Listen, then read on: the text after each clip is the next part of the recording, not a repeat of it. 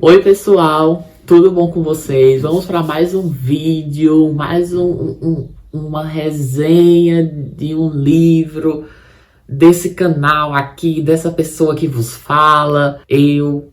A gente vai conversar sobre o livro 2 do Harry Potter, que é o Harry Potter e a Câmara Secreta. A gente tem algumas coisas para falar sobre esse livro aqui. Eu já adianto que eu tive algumas ideias que serão um pouco problematizadas nesse livro, mas eu não poderia passar por cima delas e não poderia ignorá-las, tendo em vista que esse livro aqui ele foi escrito há muitos anos atrás, né? A primeira publicação, tá impresso no Brasil, foi no ano de 2000. Então, desse livro aqui. Então, é um livro que ele é antigo, né? Ele tem 22 anos, né? Um livro de 22 anos atrás, então era uma perspectiva de mundo diferente, uma perspectiva de vida diferente. E com isso, tem algumas questões que eu queria levantar aqui sobre esse livro. Então, esse livro aqui, ele é a continuação do primeiro. É uma saga, né, de 7 livros. Esse é o Harry Potter 2, é a continuação do primeiro. E aí, nesse livro aqui, é mais um ano que a gente vai ver ali o Harry sofrendo com os tios. Só que dessa vez os tios estão um pouco mais mais apaziguados, porque agora sabe que Harry é bruxo, ele tem uma varinha. Só que os tios dele não sabem que ele não pode usar a magia fora da escola. Então, meio que ele até tá tendo uma vida tranquila, porque os tios vivem com medo dele praticar algum feitiço que possa machucar eles, transformar eles em alguma coisa, sei lá. Tratando ele bem, deram um quarto pra ele. O Harry continua sofrendo e tal. E a gente vai ter o desenrolar da história. Em certo momento aparece um elfo doméstico, lá o Dobby, né, na cama dele, dizendo: você não pode voltar para a escola de magia e bruxaria esse ano, porque vai acontecer uma coisa terrível e você não pode voltar. E esse elfo, ele tá tentando meio que fazer com que o Harry não volte esse ano para a escola para salvar a vida dele. Então esse elfo começa a fazer algumas coisas lá pra salvar o Harry, que acaba, na verdade, atrapalhando a vida do Harry. Primeiro de tudo, dentro das coisas que o elfo faz, né, o Dobby, e nesse dia tá tendo uma reunião bem importante da família lá do Harry, né, os Dursley estão tendo uma reunião bem importante. Eles vão fechar um contrato milionário e eles vão comprar até uma casa nova. E eles estão dando um jantar para uns sócios ali da perfuratriz, sei lá, do tio dele. E aí é um jantar perfeito. Eles obrigaram o Harry a ficar dentro do quarto, como se ele não existisse, enquanto eles atuavam a família perfeita lá embaixo no lugar da sala, né? Gente, o Dobby, ele pega e enfim, faz um bolo lá flutuar, e esse bolo cai em cima da cabeça da sócia, que ia ser do tio do Harry. Com isso ele fica muito bravo, acaba que o contrato dele não é fechado. E aí, na mesma hora, ele recebe uma carta de Hogwarts dizendo que se ele praticar mais uma magia fora da escola, ele vai ser expulso, porque pelo decreto, ele não pode praticar magia fora da escola. E aí o tio dele acaba descobrindo através dessa carta de Hogwarts. Primeiro o tio dele lê, aliás, essa carta do Ministério da Magia. Primeiro o tio dele lê e depois passa pra ele ler.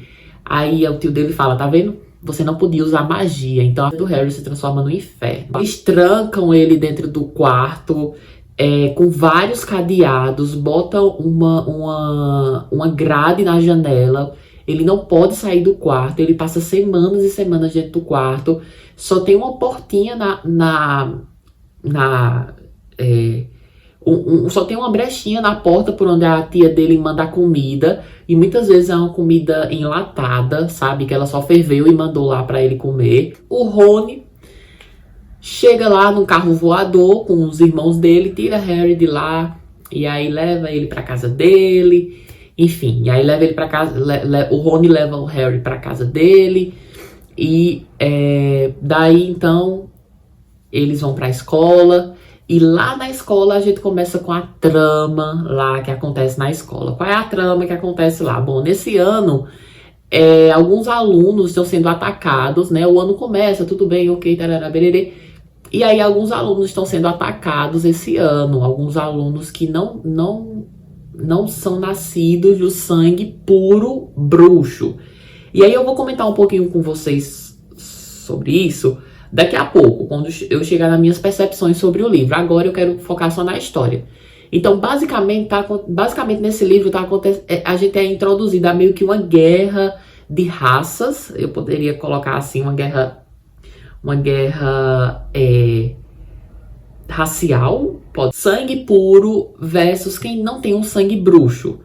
Então, nesse ano, a gente é introduzido a essa guerra, que é uma guerra que parece que já vem no mundo bruxo há muitos anos. E aí é uma guerra de, assim, famílias que são gerações de bruxo, eles são chamados de sangue puro.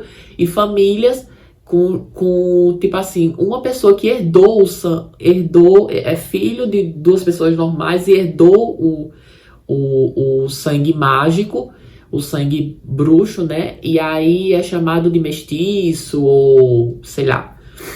Eles chamam aqui de sangue, o sangue ruim, né? Se introduzida essa guerra, meio que essa guerra.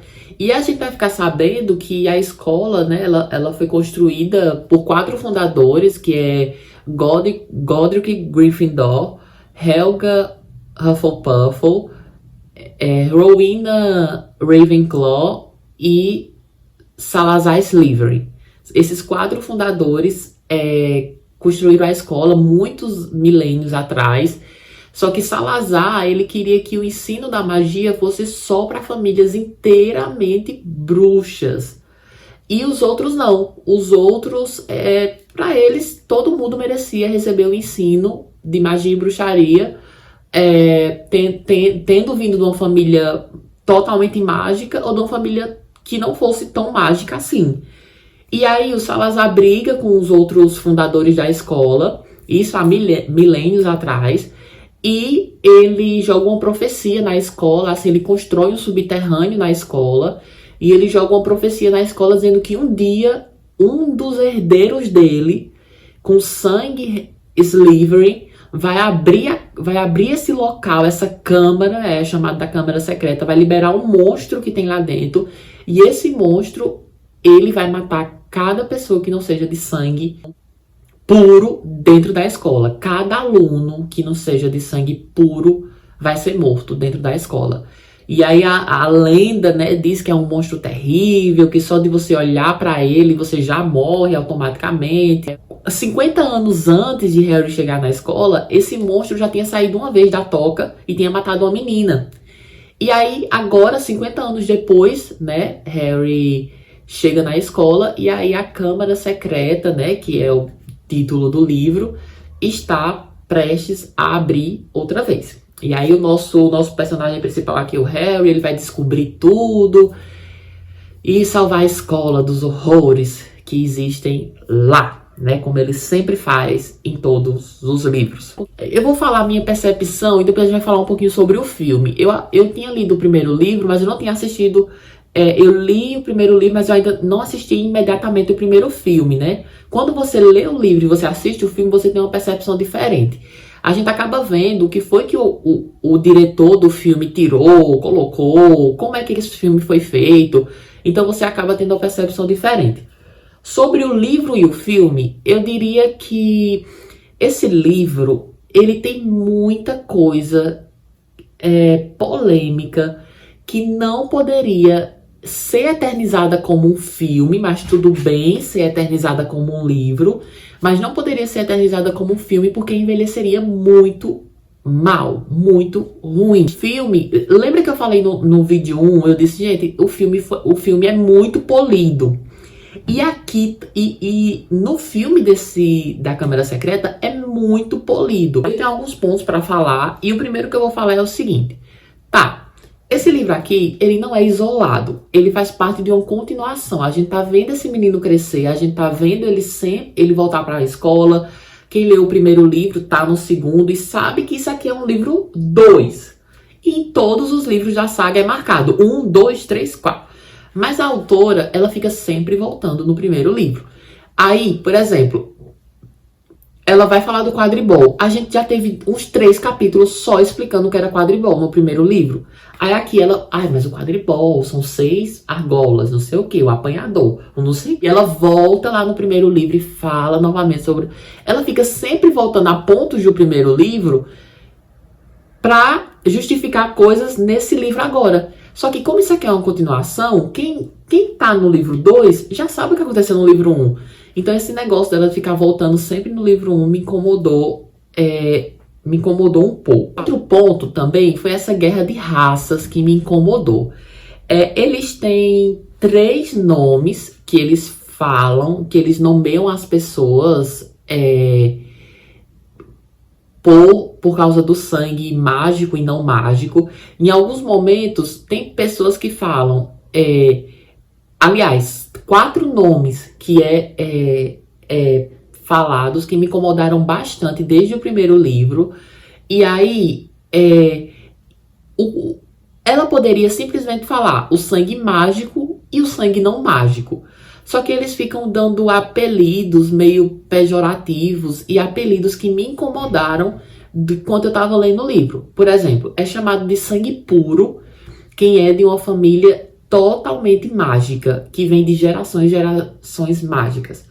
É chamado de sangue ruim quem tem um pai e uma mãe não mágico e herdou o gene mágico. Então ele é o primeiro daquela linhagem a ir para a escola de magia e bruxaria. É chamado de trouxa quem não tem nenhum sangue mágico na família. Nem pai, nem mãe, nem avô, eles são chamados de trouxa. E é chamado de aborto, olha que pesado, é chamado de aborto quem tem um pai e uma mãe de sangue puro e nasceu sem o gene mágico. Tem umas coisas que eu marquei aqui. Deixa eu só achar aqui onde é que fica no Kindle minhas marcações. Acho que nas configurações deve ter. Errado, ainda tô aprendendo a mexer aqui, gente, no Kindle. Acho que se eu marquei errado. Mas eu queria citar algumas coisas para vocês desse livro aqui, que é o seguinte. Então, aí a gente falou sobre essa guerra de raças, né? Esses termos pejorativos que me incomodaram bastante enquanto eu tava lendo aqui. Eu entendo que são crianças que estão falando, né? Se a gente for olhar aqui, a gente é um livro que é representado por crianças de 12 anos. Mas tem umas frases bem pesadas aqui. Aí eram essas frases que eu tinha marcado, mas eu acho que eu não marquei. Eu acho que eu marquei errado. Eu ainda tô aprendendo a mexer aqui no Kindle, gente. Aí eu acho que eu marco, mas na verdade eu não marquei. Mas, enfim, se tá escrito, tá aqui, né? Tem algumas coisas que me incomodaram. O seguinte, em alguns momentos, alguns personagens desejam que outros morram. E tem uma frase bem polêmica de Rony, sabe? Que ele fala alguma coisa sobre a menina que morreu no banheiro. E ele fala, ainda bem que ela morreu. Ou, espero que matem não sei quem. Espero que esse monstro mate ela. Um negócio assim, bem polêmico. Que chega, eu fiquei... Gente, mas isso aqui... E aí, eles continuam a conversa normalmente, passa por cima disso normalmente. É uma frase muito polêmica, muito assim, muito pesada. E tem vários e vários capítulos aqui que o Draco, ele deseja a morte de Hermione. Aí ele fica aquela sangue ruim, espero que ela morra, espero que ela seja a primeira. E tanto isso vai pro filme, tem uma parte no filme que o Draco faz... sujeitinha de sangue ruim, espero que você morra, espero que você seja a primeira a começar da Granger. Então, gente, não é um ódio só de criança, sabe? Quando a gente fala sobre isso, não é um ódio de criança, nenhuma criança, um adolescentezinho de 12 anos vai desejar a morte do outro nesse nível. Isso é um preconceito, isso é um preconceito racial, isso é um preconceito de não ver o outro como você mesmo, né? Você vê o outro inferior. E aí, quando a gente traz para nossa realidade, o que a gente tem? A gente tem preconceito, a gente tem um preconceito xenofóbico, né, das regiões do país, do sotaque, preconceito da cor da pele. Então, quando a gente traz isso para o nosso mundo, a gente vê isso de uma forma bem pesada, mas lá já é retratado, aqui já é retratado bem pesado por uma criança de 12 anos. Então ela está desejando a morte da colega, porque a colega não tem um sangue puro, né? Não tem o sangue totalmente mágico. Eu desejo que você morra, eu quero que ela morra. E ele fala de um jeito como se realmente ela... como se ele pudesse até matar ela, se ele tivesse a chance. Então eu achei isso bem pesado, assim, se tratando de crianças de 12 anos, né? Essas tendências, esses traços psicopatas, né? Gravidão do elfo doméstico. Então, ela explica, a autora vai explicar pra gente que o elfo doméstico, ele é destinado a servir uma família como escravo, né? O elfo doméstico, ele usa qualquer coisa, ele usa um negócio lá que ele até fala, parece que é um saco que ele cortou e botou as pernas e os braços dentro.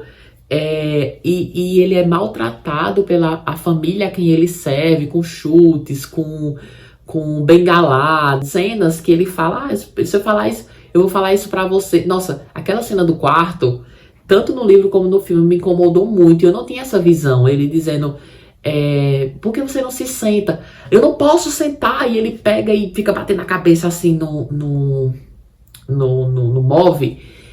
E, gente, aquilo é muito pesado, assim, né? Você não se vê como, né, a igualdade, né?